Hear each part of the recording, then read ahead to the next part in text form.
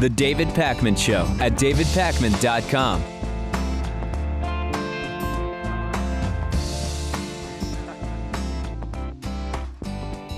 Another day, another shooting. This one coming to us on just about every media outlet. Late last night, I was getting ready to go to bed and just happened to look at my Twitter stream and saw a whole bunch of posts about this. This is at a New Jersey mall, and the suspect has already been found dead. We'll talk about some of the details. Remember, of course, just last Friday, and by last Friday, I mean like 4 days ago, we had the story of the LAX shooting targeting TSA agents generally and leading to the death of one TSA agent. Yesterday, Monday, the next business day since this last shooting, so to speak, a gunman enters a New Jersey mall last night, opens fire, later is found having shot himself in the head, according to authorities. Now, this is different in that there is every indication that this individual did not really want to hurt other people, that he acted completely alone, that he maybe police are saying he wanted suicide by cop. He wanted to go in there shooting, but not really at people in order to get cops to kill him. And the reason specifically for the shooting remains unclear.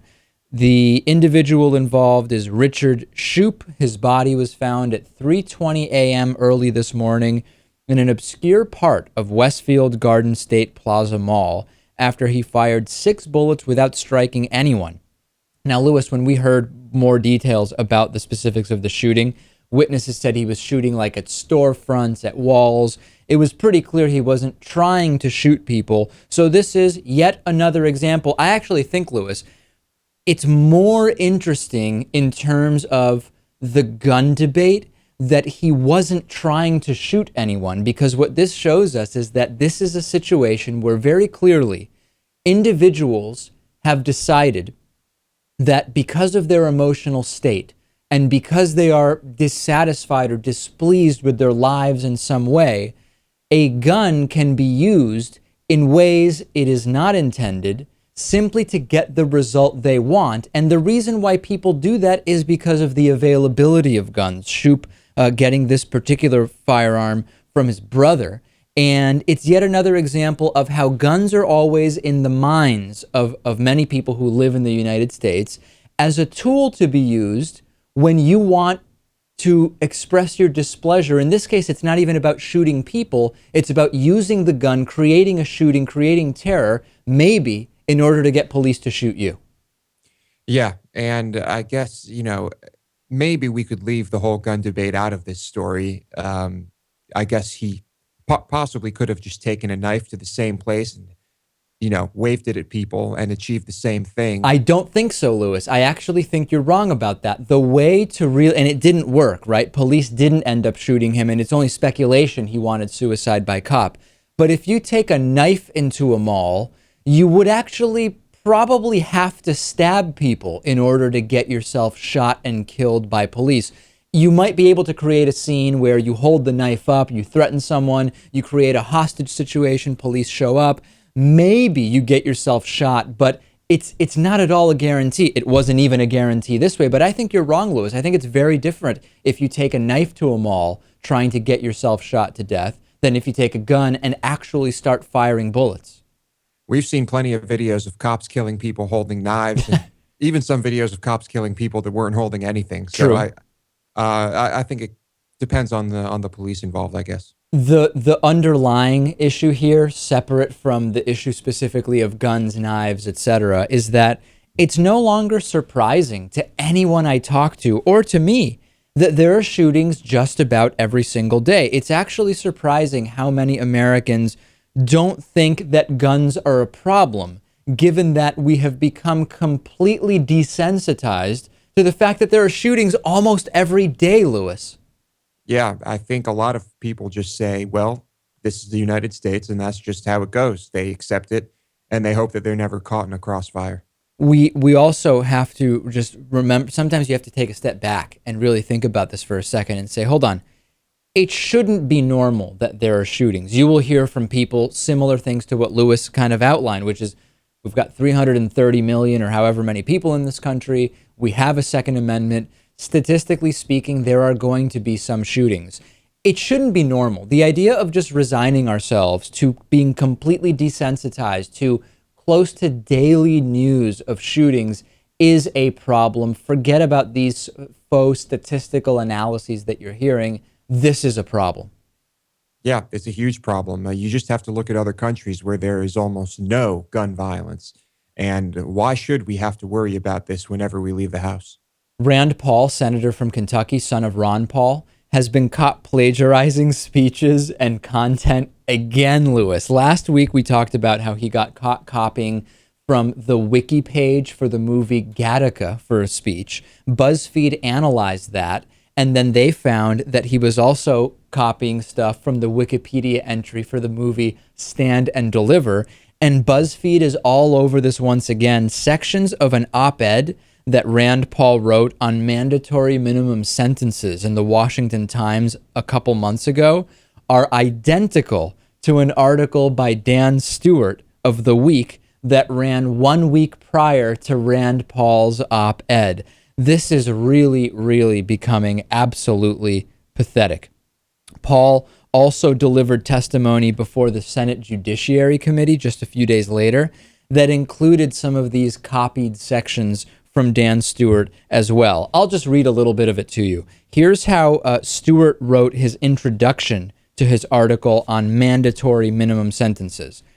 It's the automatic imposition of a minimum number of years in prison for specific crimes, usually related to drugs. By design, mandatory sentencing laws take discretion away from prosecutors and judges so as to impose harsh sentences regardless of circumstances.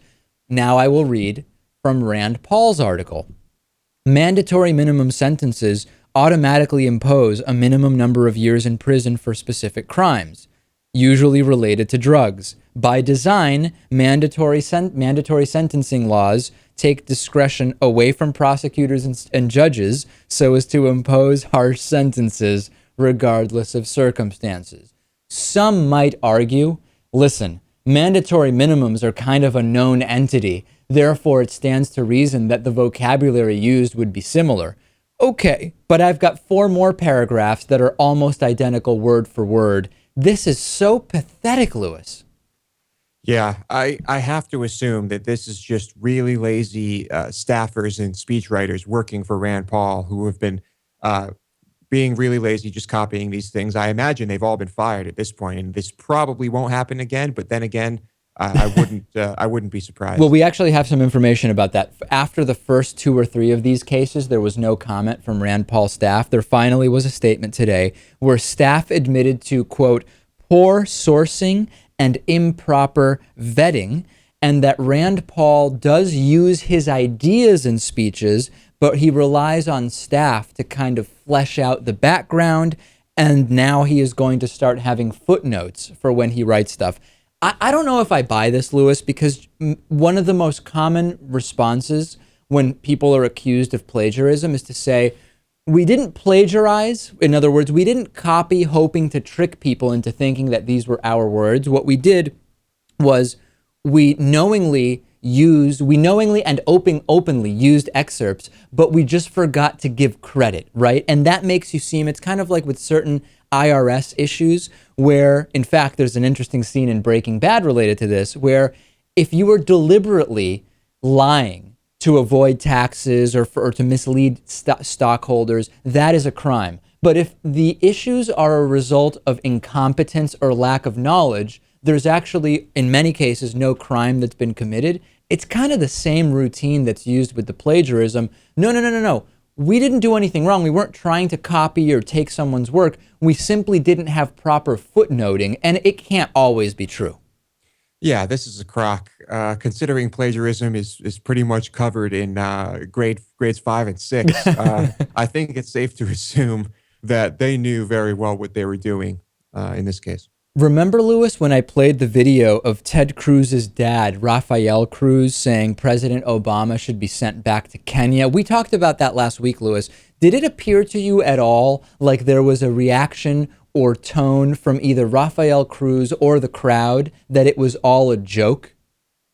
I did not get that impression, no. No. Well, Ann Coulter is making that argument. She was asked by Piers Morgan about Rafael Cruz's statements that President Obama needs to, quote, go back to Kenya. And Ann Coulter, in a way that is completely not believable to anyone who is even remotely a clear thinker, she says, come on, it was just a joke. It was an obvious joke. Everyone knows the whole birther thing is crazy. Here's the video.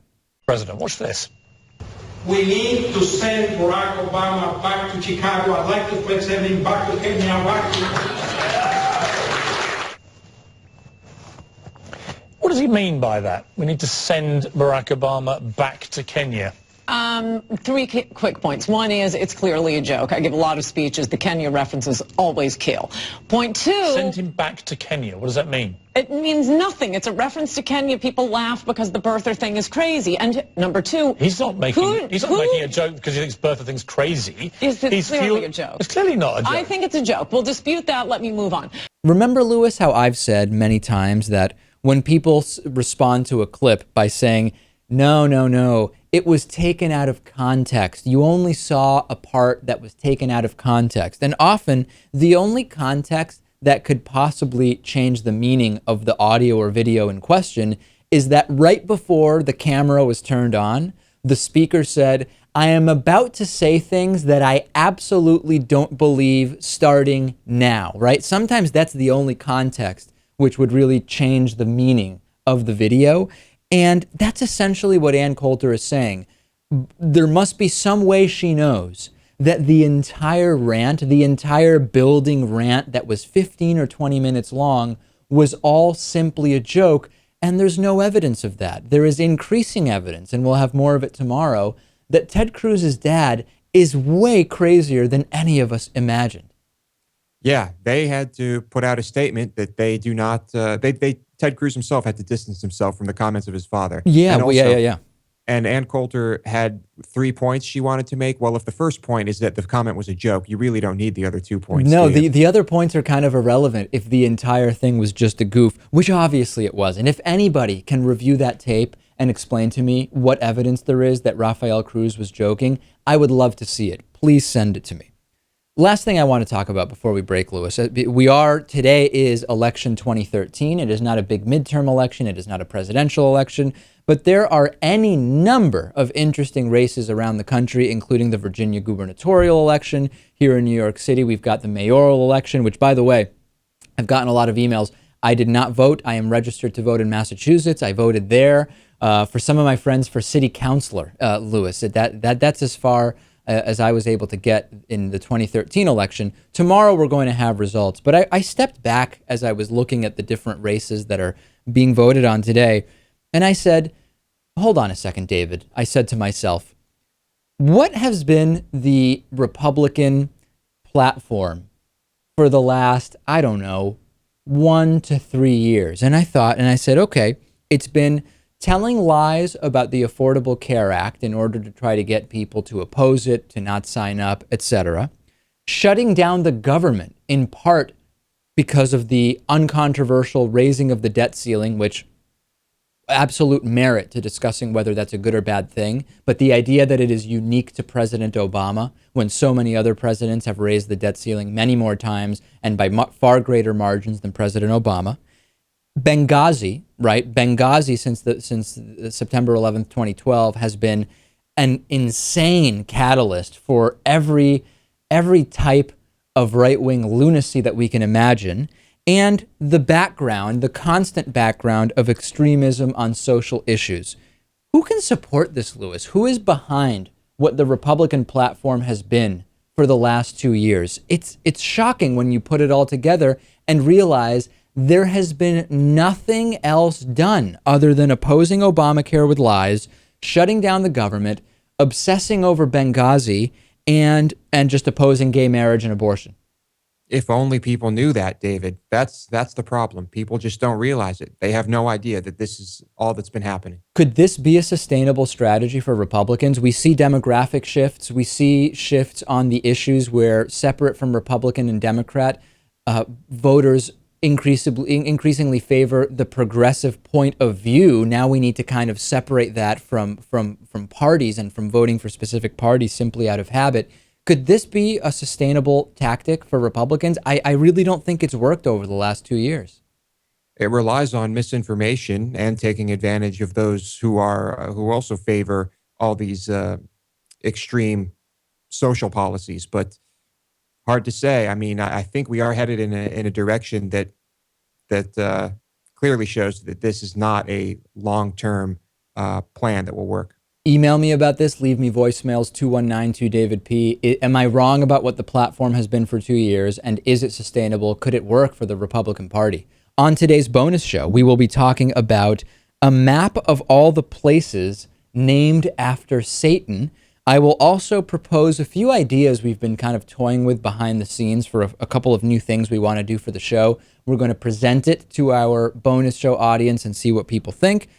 Very easy to sign up, davidpakman.com/membership. Not only will you be a supporter of this program, you get tons of great perks, only one of which is the bonus show hosted and produced by producer Louis Motamedi. The David Pakman Show at davidpakman.com.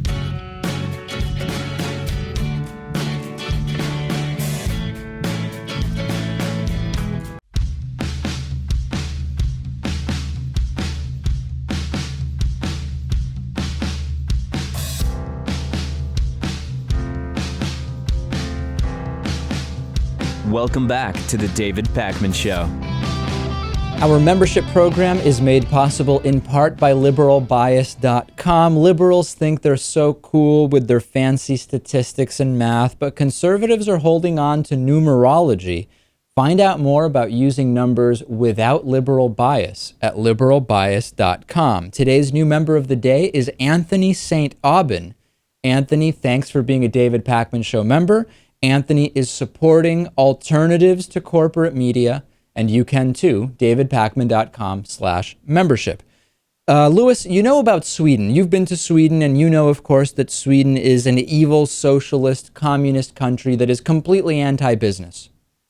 Yes, that's true, David. And there are just people dying everywhere because of horrible socialist, communist, Nazi healthcare. Well, there's a really, really interesting article in Slate by Matthew Iglesias, which points out that in per capita terms, there are actually more billionaires in evil, socialist, communist Sweden than here in the United States.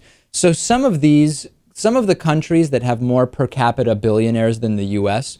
are kind of unique cases. So, for example, Monaco has 3 billionaires with a population of only 35,000. There's very specific reasons. Monaco is a place that very rich people like to live or have residency, right? So we can't really say that a micronation like Monaco tells us much about social and economic policy relative to the U.S. However, Sweden is a different story. Sweden has 14 billionaires with a population of about 10 million, and it is number 12 in terms of billionaires.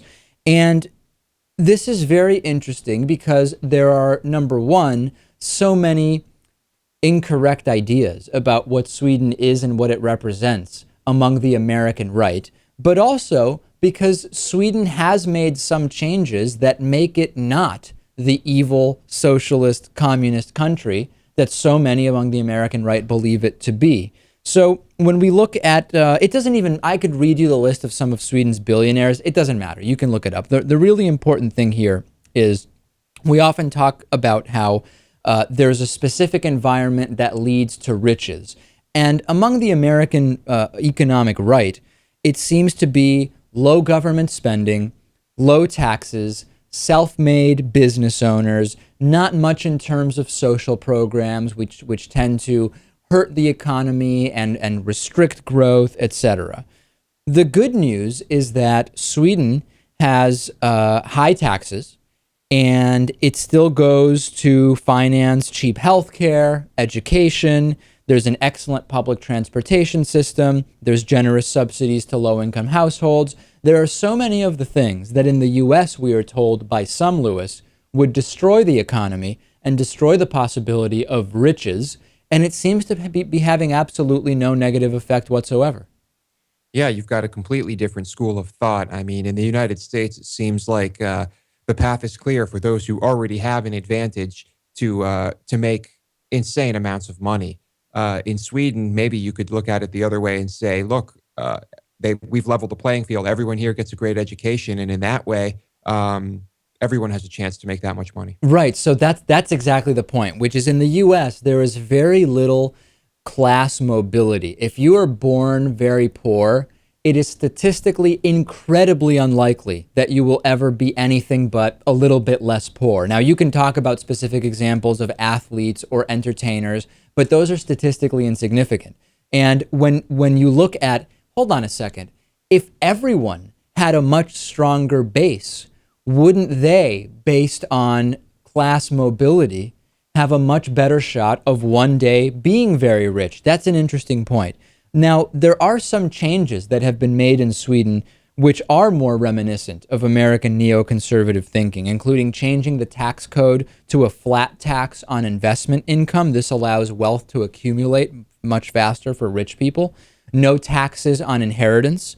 Corporate tax rate is lower than in the U.S. Now, that one may be deceiving because the U.S. tax rate, corporate tax rate, is higher.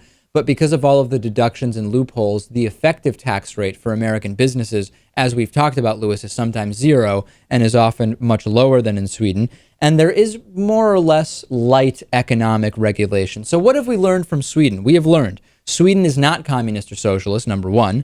Sweden provides more benefits and has higher taxes than the U.S., and it still has more billionaires per capita. And for those who are saying, hey, billionaires aren't really the sign of a good economy, I agree. But some of the arguments that are made in the U.S. are that the European system is so socialist that it doesn't allow for this type of capital accumulation. And clearly, Lewis, it does. Yeah, the numbers speak for themselves. We have to accept that.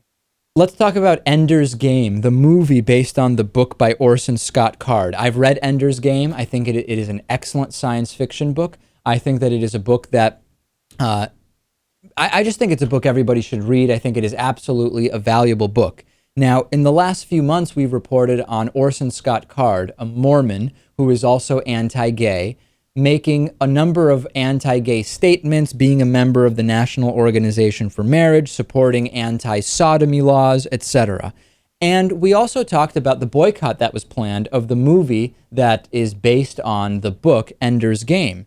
And I at one point made the comparison saying, you know, Fyodor Dostoevsky, a widely known anti-Semite, still a good writer, and we still can get value from reading his books. And the difference is, and this was pointed out to me after I made that comparison, that Dostoevsky is dead and that Orson Scott Card is alive and stands to financially benefit now from people seeing the movie. So there has been continued debate over whether or not to boycott this film. He now has come out and said that actually when people try to organize boycotts and just criticize him, he says, my sales go up with such attacks. I don't know if that's true. It may or may not be.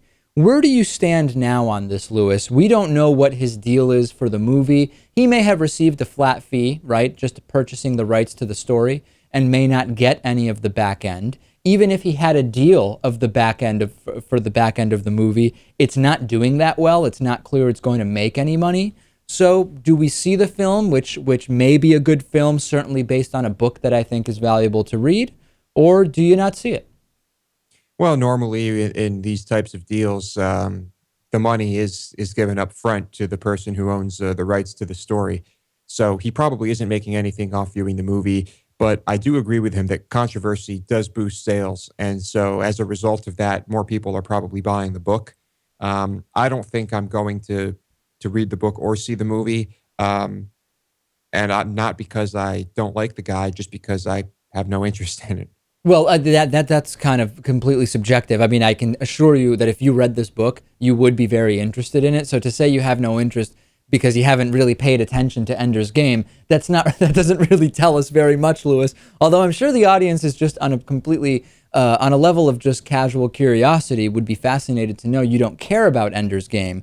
I think that the reality is, if it was true that he does so much better when there is criticism, he wouldn't have done this huge damage control campaign where he's posting explanations and mitigations for his comments online. I think his actions speak way louder than his words here. I don't know. That kind of helped stir the pot, that type of damage control. And I think even that could help boost sales. And he's probably been raking it in because of all of this. All right. We've had former Navy chaplain Gordon Klingenschmidt on the show many times. He has a new program called the Pray in Jesus' Name program. I have to tell you, I am riveted by the show. I love watching it. It is the most awkward, slow-moving program I've ever seen, and I cannot peel myself away from it. Yesterday, I watched like 20 or 30 minutes of this incredible nonsense. He interviewed Will Perkins, who's a longtime anti-gay activist in Colorado. The key moment, I'm just going to play this for you. It's a little over a minute. It's so awkward. I just am amazed that this type of awkwardness can even exist on television and on internet video. The key moment is the pause where the chaplain finds it interesting that when two men have sex, there is no baby. Check this out. You told me once that homosexuality is not normal, and what would happen if they tried to make it normal? Well, homosexuality is an aberration. That is a deviation from the fact. And the deviation, in this case, if homosexuality were the norm, we wouldn't have this problem we're discussing now, because there would be no human race. So if homosexuality were normalized, people would not have children, because when a man mates with another man, he doesn't get pregnant. Yeah, that's right. Homosexuality does not reproduce. It recruits. Interesting. So the only way they can propagate their own kind is to recruit the children of heterosexuals. Correct. And that's why they're so interested in marriage, for the access to children. Now, if homosexuals get married, or if they earn those rights legally, then they would be able to adopt the children of heterosexuals, and therefore that increases their ability to recruit. That's exactly right. So you think that's why they're interested in marriage? I think you think that's it's about the children? main reason. That's the main reason, yes.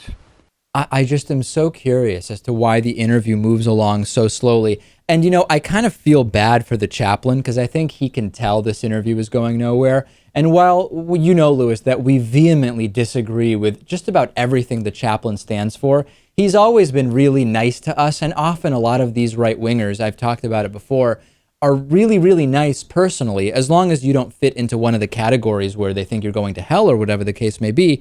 I have every reason to think that the chaplain is a nice guy, albeit incredibly misguided. And I kind of feel bad for getting stuck in this horrible interview. Yeah, I do agree with you. I don't think he's a malicious, evil person, but certainly very, very entertaining to watch. We should have him back on to talk about whether these interviews move at this pace deliberately or what's going on.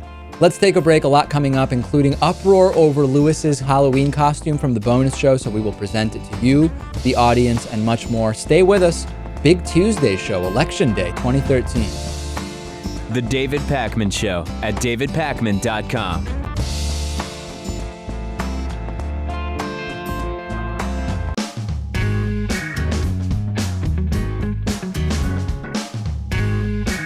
Welcome back to the David Pakman Show.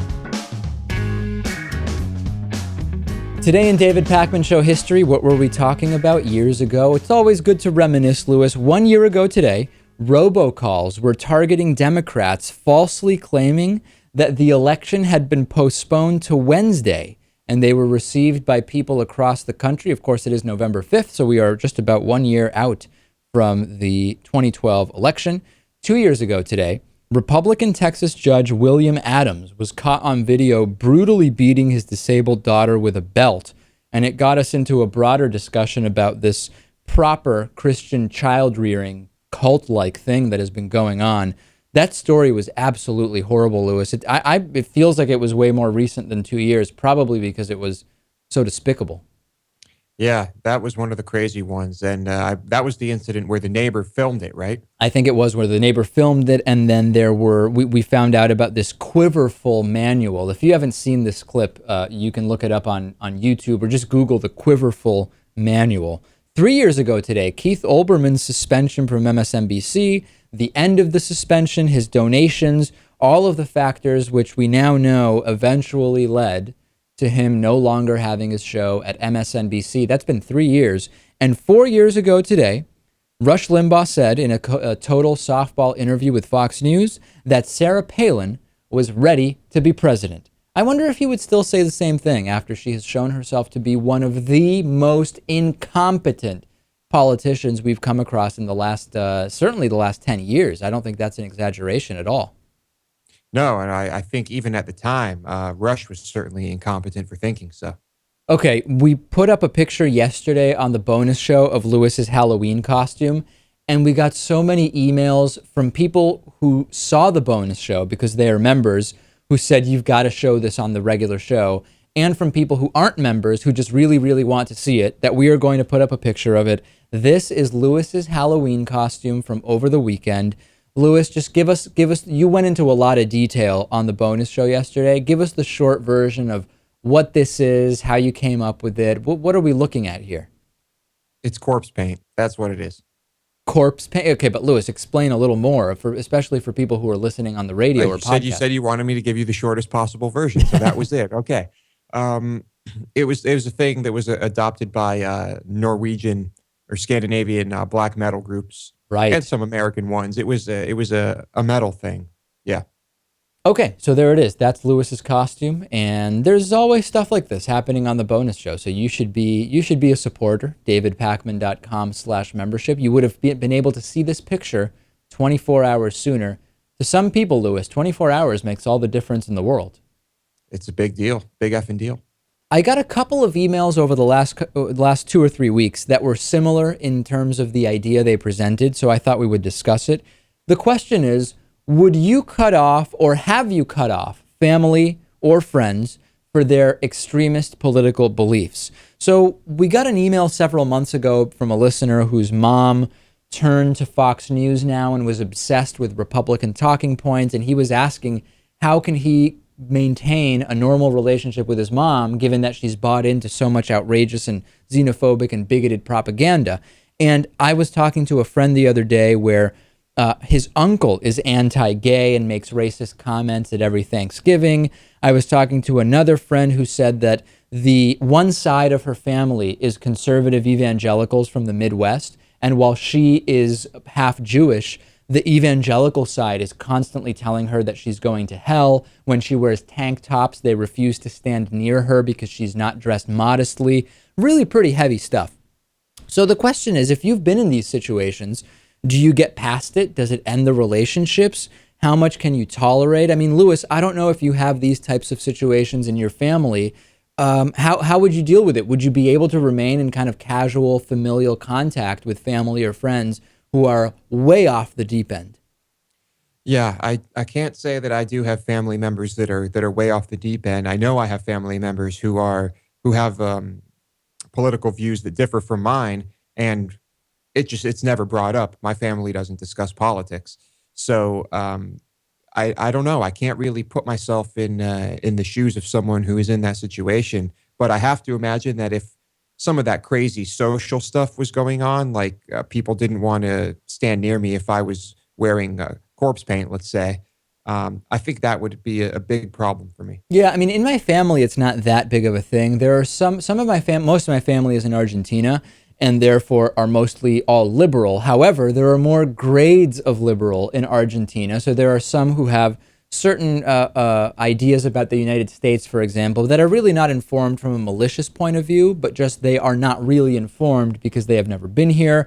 There are varying views on Israel, Palestine among my family, and sometimes that can be an issue. I mean, mostly it's kind of like they are within a realm that is considered relatively normal, such that they are considered gentlemen's or ladies' disagreements that don't need to get in the way of family relationships. Now, in terms of friends, I've had situations where I have mostly liberal friends, and I have any number. I have a handful of conservative friends, and very often there are disagreements or conversations, and it really isn't a big deal. However, there have been some times where individuals have kind of gotten into my group of friends and they really are extremists. Like, they're posting outrageous Jesus, abortion, gay marriage stuff on Facebook and so on and so forth. And eventually, not because of any big fight or disagreement, but it just becomes clear that they aren't really fitting in with the overall vibe of the group, and they naturally end up distancing themselves. Not because there's any kind of deliberate exclusion, but it just becomes clear that there's not really a match. Yeah, I've certainly seen that happen, and I'm sure I know some of the people you're talking about. But yeah, that of course is a little bit different of a situation. I suppose that could happen with family too, but if it's someone you see all the time, right? Or or maybe even live with, that can be difficult. Please send me your thoughts on this. I know our audience will have anecdotes and stories about this, so email them, go to our website, or leave a voicemail, 219-2DavidP, whatever you want to do, and we'll do a follow-up with some of the stories and kind of go over them. Let's take a break. We will come back. I still want to play some of your voicemails. I want to talk about, actually, I'll just say this. I want to talk about rat hair. Rat hair. We'll be back after this. The David Pakman Show at davidpakman.com.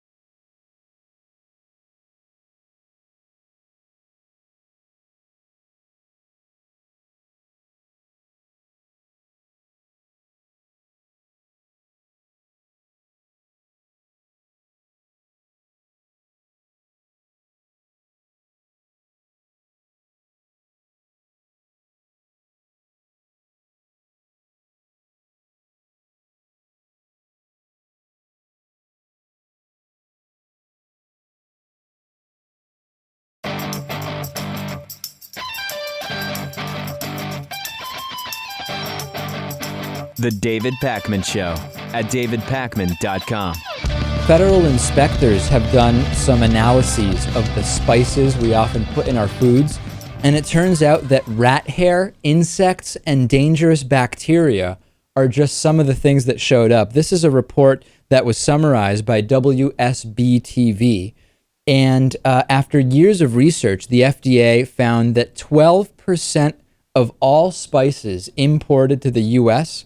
are contaminated with insect parts, rodent hair, and other nasty stuff.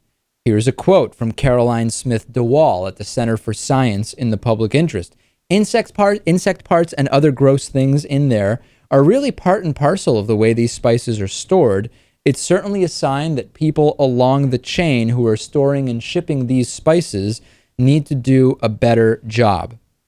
Federal inspectors found that the highest contaminations occurred in spice imports from Mexico and India, and that 7% of the spices they tested also contained salmonella.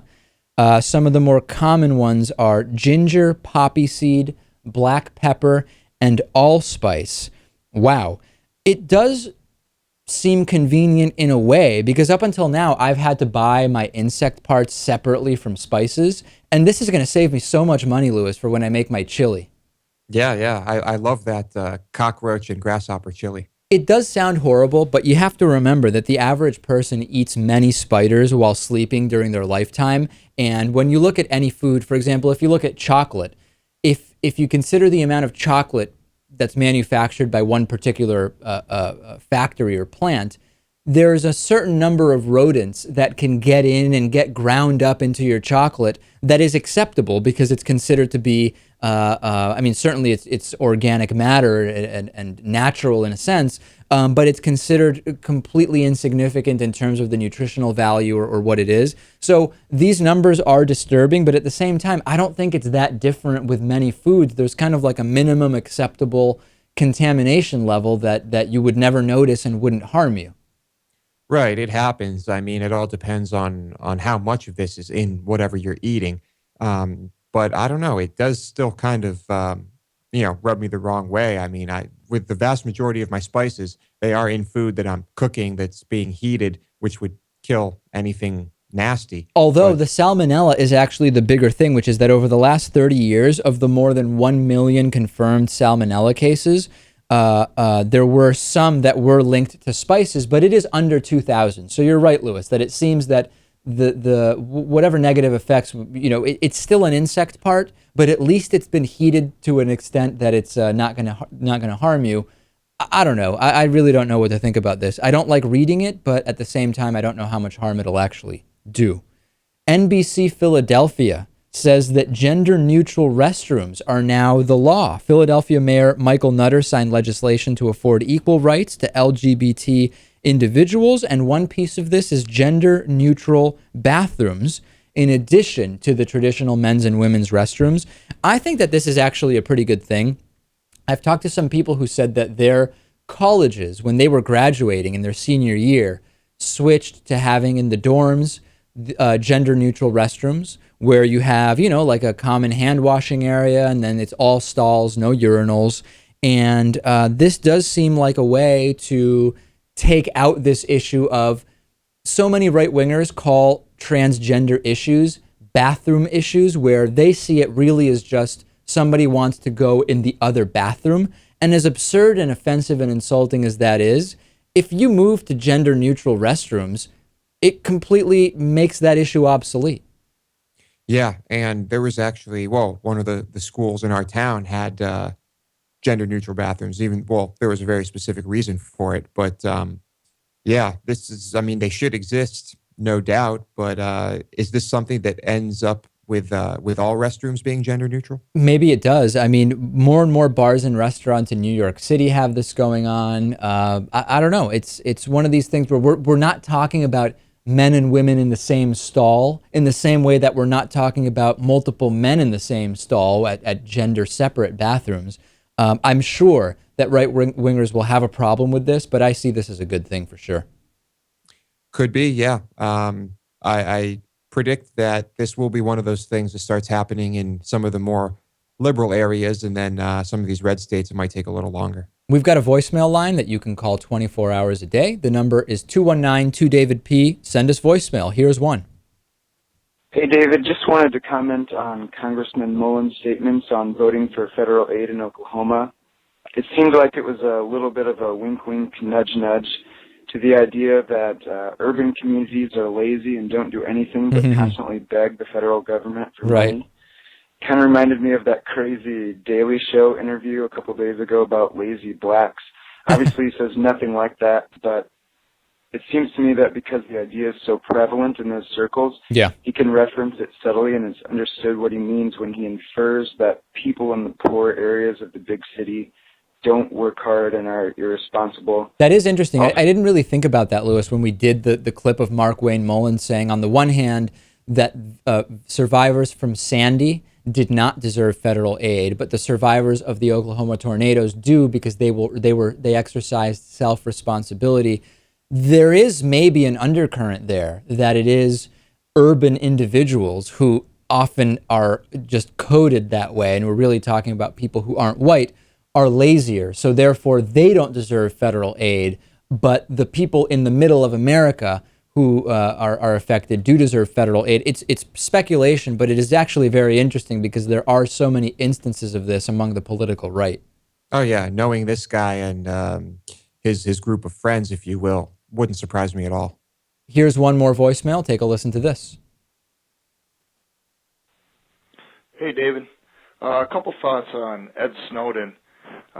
Chelsea Manning is a hero who exposed crimes at great risk to herself. Ed Snowden is a complete traitor and coward who took the job just to get secrets to embarrass the United States. Then he ran and hid in China, then Russia, where he's now a celebrity sipping champagne and getting thousands of marriage proposals, while Manning sits unfairly in jail. That's the difference between a traitor and a hero. How does it help the American people for the world to know our government does what they all do? Yeah, so this this voicemail is evidence of the increasing disagreement over what exactly is the value of Edward Snowden's leaks and of the difference between Chelsea Manning and Edward Snowden. The traitor word is one that is by no means a consensus. There is an element of individuals. There is a portion of the population that says Edward Snowden is a traitor, and there are others who say he's just kind of a guy who was displeased but didn't really tell us much we didn't know. Send me your thoughts. Chelsea Manning, Edward Snowden, differences, similarities. We'll talk about it again. davidpakman.com/membership. Become a supporter. Get the bonus show. It would be a pleasure to have your support.